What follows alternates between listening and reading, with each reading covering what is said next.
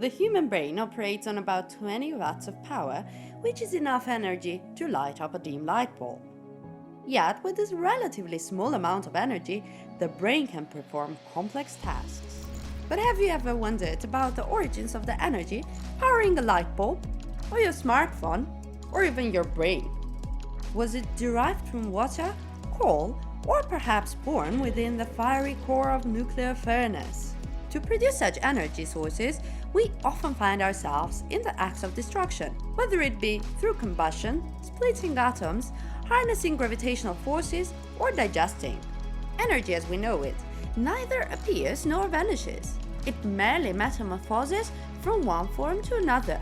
We can't even trace it back to the Big Bang and only guess what it was before. It may look different, like pizza slices, steam, or uranium, but the energy reserves in joules remains the same. Like 34 slices of pizza contain enough joules of energy to charge your smartphone. Or a typical lightning strike can power an average US household for about 24 days. But if energy is everywhere, why do we use oil, gas, and coal?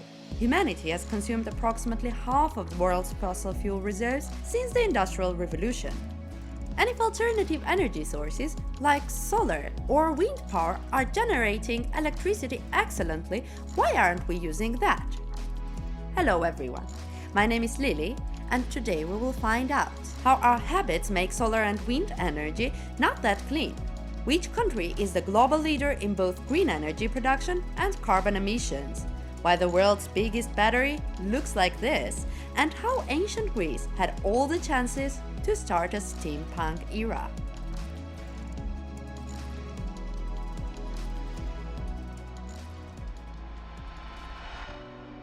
Essentially, everything operates on a pair of principles.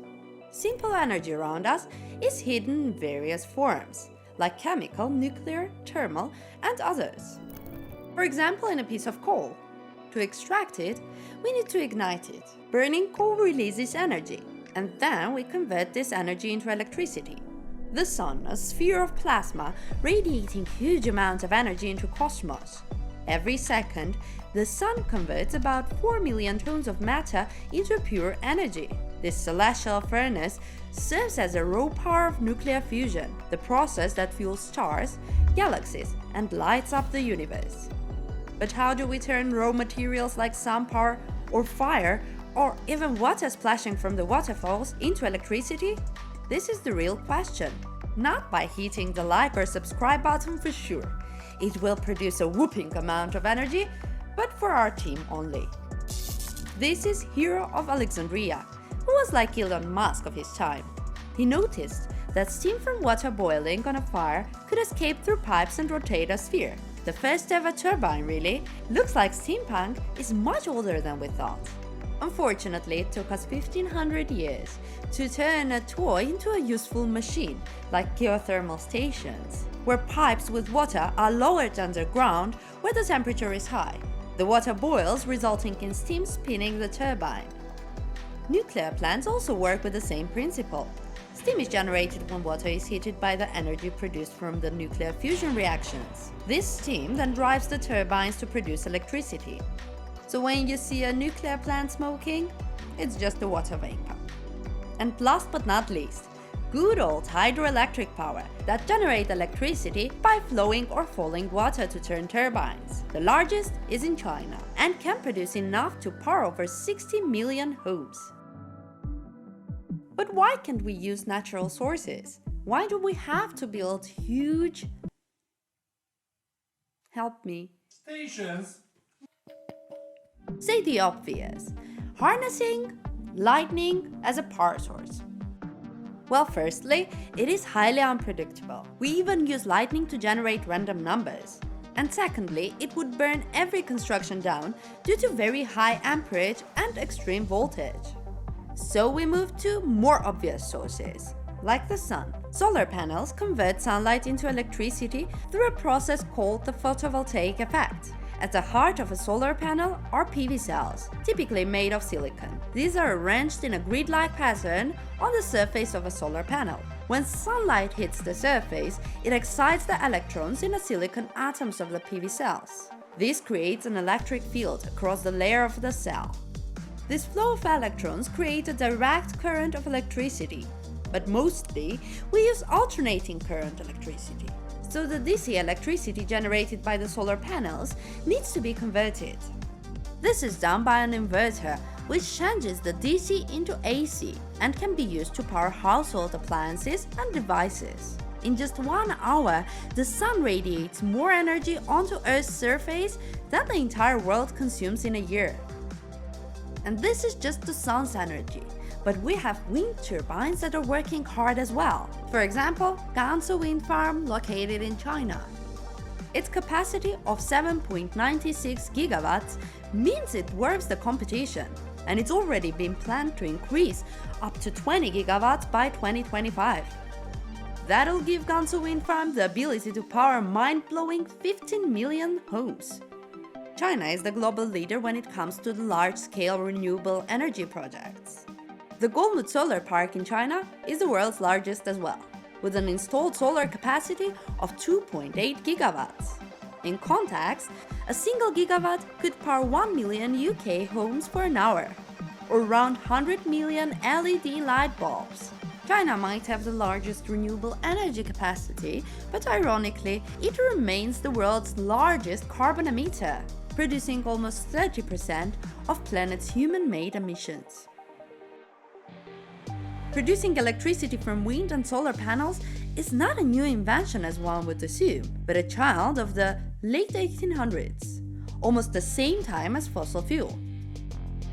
But unlike fuel, they don't like to convert into electricity that easily. Complex devices and resources are needed to make them do so.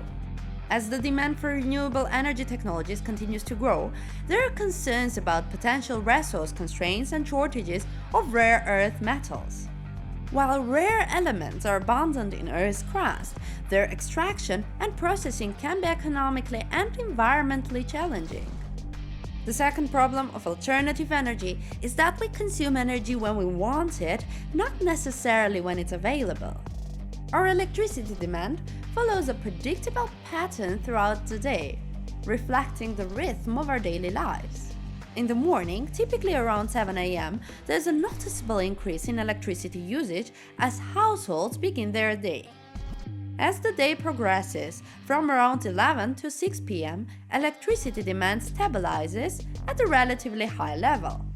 This period aligns with a workday for many people, during which electricity powers offices, commercial buildings, and industrial facilities.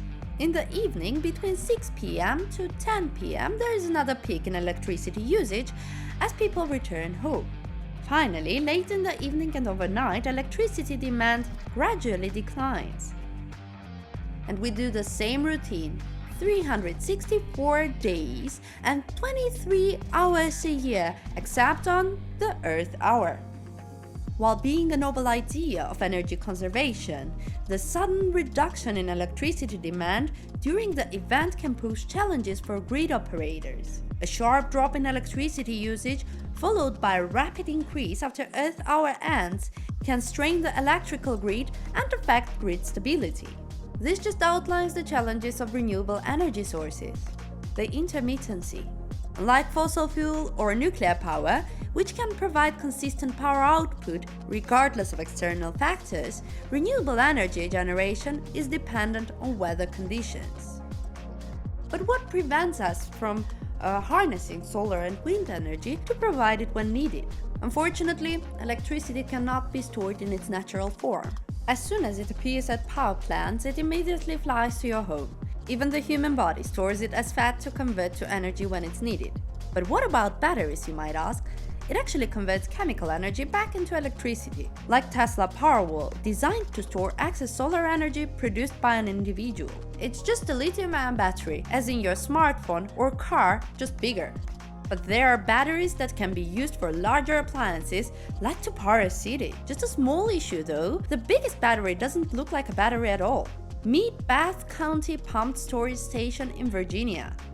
Here you can store a whopping 24 million kilowatt hours.